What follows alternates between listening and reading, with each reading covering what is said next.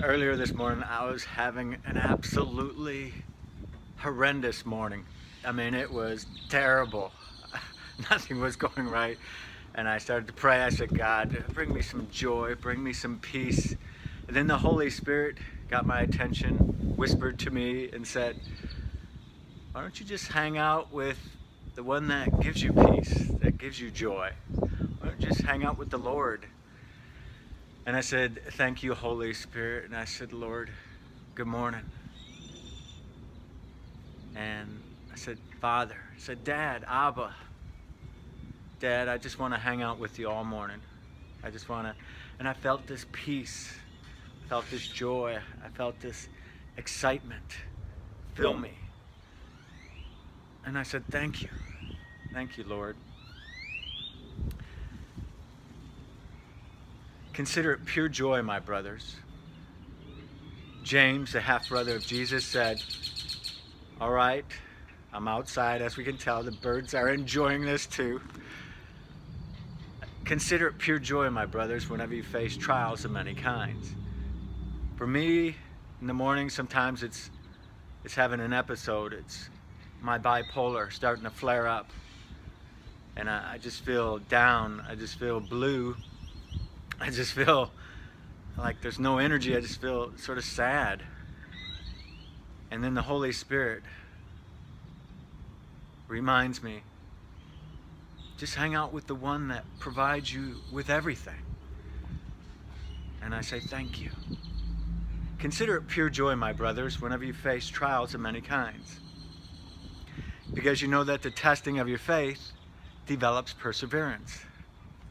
Perseverance must finish its work so that we may be mature and complete, not lacking anything. If any of you lacks wisdom, you should ask God, who gives generously to all without finding fault, and it will be given to him. But when he asks, he must believe and not doubt. He who doubts is like a wave of the sea blown and tossed by the wind. That man should not think that he will receive anything from the Lord. He's a double-minded man, unstable in all he does. So in the morning when I have those thoughts of, who am I anyways? I feel sort of worthless. I feel like a nobody. I feel sad. At that moment, the Holy Spirit rushes in and says, and it's a whisper sometimes,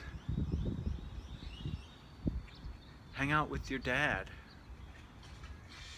And I say, good morning, Dad. I love you. Thank you for loving me. And he just hugs me, holds me. It's love. It's love on a supernatural level. And I thank you, Dad, for your love. And you think about anxiety or worry or depression, got the blues. We go to God's Word, and the Holy Spirit reminds us. Do not be anxious about anything, but in everything, by prayer and petition with thanksgiving, present your request to God, and the peace of God, which transcends all understanding, will guard your hearts and your minds in Christ Jesus. Finally, brothers, finally, sisters, whatever is true, whatever is noble, whatever is right, whatever is pure, whatever is lovely, whatever is admirable, if anything is excellent, focus, meditate. Jesus, the person Jesus. Have that personal encounter with Jesus. And if you've never invited Jesus into your heart, I'd like to give you that opportunity right now. I'm going to pray so that we can have the power of the Holy Spirit to remind us of the things of God's will, the best in life, to hang out with the person that gives the peace, that gives the joy, that comforts us, that provides everything for us, that has given us life, our Creator. So we hang out with Jesus Christ. And if you do not know him, let's invite him into our hearts right now. Dear Jesus, I admit that I'm a sinner and I need a Savior. I believe that Jesus Christ died on the cross for me. I believe that he paid the penalty in full for all of my sins. I believe that God has raised him from the grave, from the dead. Our Redeemer lives. He is alive. He has risen. Jesus said, I am the resurrection. Dear Jesus, thank you for forgiving me of all of my sins. I make you Lord and Savior of my life. I know you will never leave me, never forsake me. You're always there. From this day forward, early every morning, I will call upon you. I will greet you, the person, Jesus Christ. I'll have that personal encounter with my Lord and Savior, Jesus Christ, every single morning. I'll open your love letter to me. I will seek to know you, to know your love, your grace, your truth. Because I know, Jesus, you said, if you hold to my teaching, you really are my disciples. Then you will know the truth, and the truth shall make you free. We all want freedom from whatever is pulling us down, depressing us, causing us anxiety, stealing that joy from us. The person Jesus Christ, that's who I want to get to know. And as I mature, as I grow, give me the courage, give me the words to share with others so that they can come into the kingdom, into heaven with me forever. And I ask all of this in Jesus' name. Amen. If you just said that prayer, invited Jesus Christ into your heart as Lord and Savior, you're saved. Here's some verses that complement that, give us confirmation on that. We're all sinners. For all have sinned and fall short of the glory of God. For the wages of sin is death, but the gift of God is eternal life in Christ Jesus our Lord. Salvation is found in no one else, for there is no other name under heaven given to men by which we must be saved. In the beginning was the Word was with God, and the Word was God. He was with God in the beginning. Through him all things were made. Without him nothing was made that has been made. In him was life, and the life was the light of men.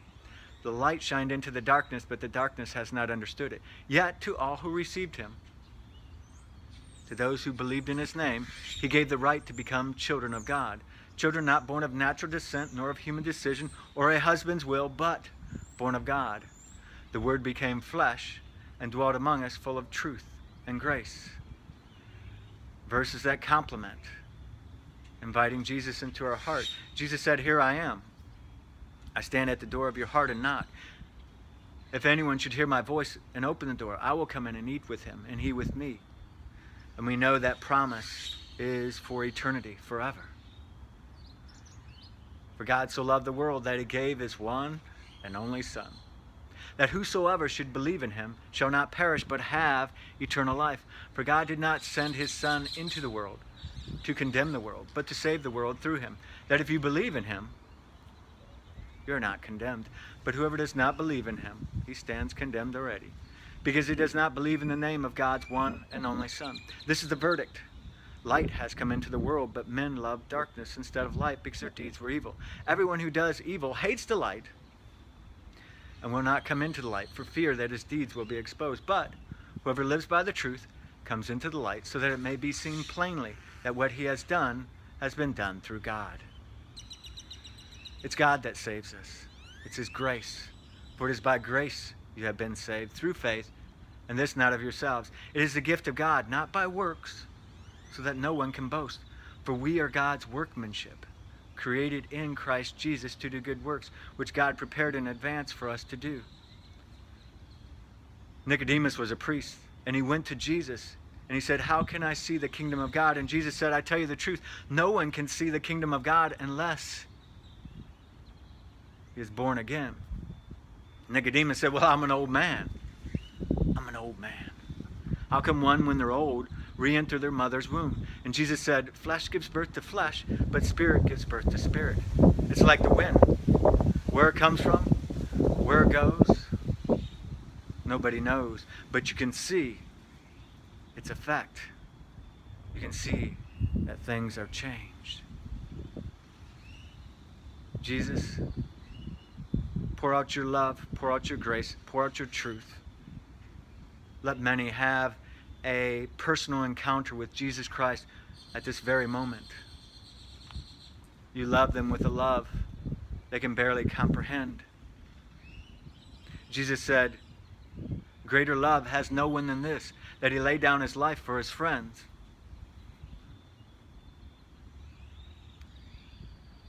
Greater love has no one than this, that he laid down his life for his friends. The Apostle Paul said, this I receive and I pass along to you as of first importance. Christ died for our sins. Then he was buried. Then on the third day he rose from the dead, according to Scripture. Then he appeared to Peter. Then he appeared to the 12.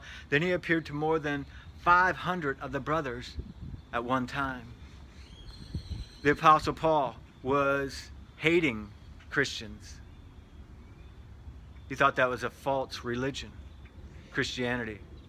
Those that were following Jesus, those that were proclaiming Christ, those that were, as they called it back then, the way. His name was Saul. He was persecuting Christians. And then Jesus knocked him off his high horse. The Apostle Paul had a personal encounter with Jesus Christ. From that day forward, the Apostle Paul was humbled. He had this grace that you could hardly measure. The Lord said, my grace is sufficient for you. My power is made perfect in weakness. There I will boast all the more gladly in my weaknesses, as Christ's power rests on me. That is why, for Christ's sake, I delight in weaknesses, in insults, in hardships, in persecutions, in difficulties. For when I am weak, then I am strong. Do you not know? Have you not heard? The Lord is the everlasting God, the creator of the ends of the earth. He will not grow tired or weary, and his understanding no one can fathom. He gives strength to the weary and increases the power of the weak.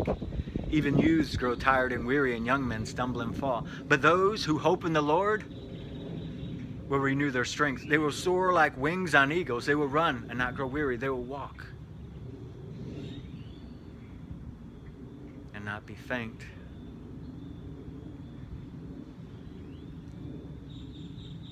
When we're sad, when we're weak, when we're overwhelmed, when we are completely drained and exhausted, depressed, having a manic episode, if you're bipolar, if you're coming off of a high or being stoned or whatever's going on in your life, he's all that you need. The person, Jesus Christ. Hang out with him. Be in his presence. Let be and be still and know that I am God, our Lord said. Learn his teachings. Have them in your heart. I've hidden your word in my heart that I might not sin against you. Let the word of Christ dwell in you richly. And there's a message that he has for every one of us to pour out. Some days it may just be telling people that he touched my heart. He changed my life. I don't know how to explain it, but I'm different. I'm born again. I'm a new creation. If anyone is in Christ, he is a new creation. The old has gone. Behold, the new has come. If you confess with your mouth Jesus is Lord and believe in your heart that God has raised him from the dead, you will be saved. That it is with your heart that you believe and are justified, and it is with your mouth that you confess and are saved. As Scripture says, anyone who trusts in him will never be put to shame. For there is no difference between Jew and Gentile. The same Lord is Lord of all, and richly blesses all who call on him. For everyone who calls on the name of the Lord shall be saved. How then can they call on the one they have not believed in? And how can they believe in the one of whom they have not heard? And how can they hear without someone preaching? And how can they preach unless they are sent? As it is written, how beautiful are the feet of those who bring good news. Humble yourselves before the Lord, and he will lift you up. Let's exalt Jesus today by just being in his presence. Let's meet him right where we are. If you're sad, say, Lord, I'm sad today. If you're happy, Lord, I'm happy. Let's celebrate today.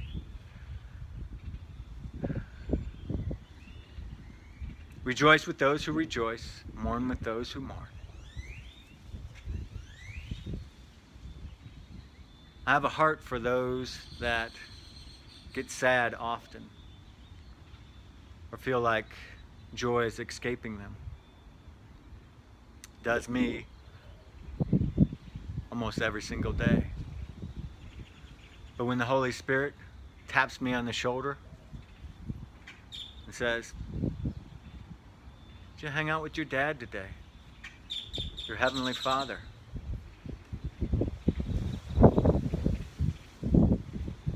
Say, Dad, I love you. Be blessed today. Those in Christ. Jesus is coming soon. Have a blessed day.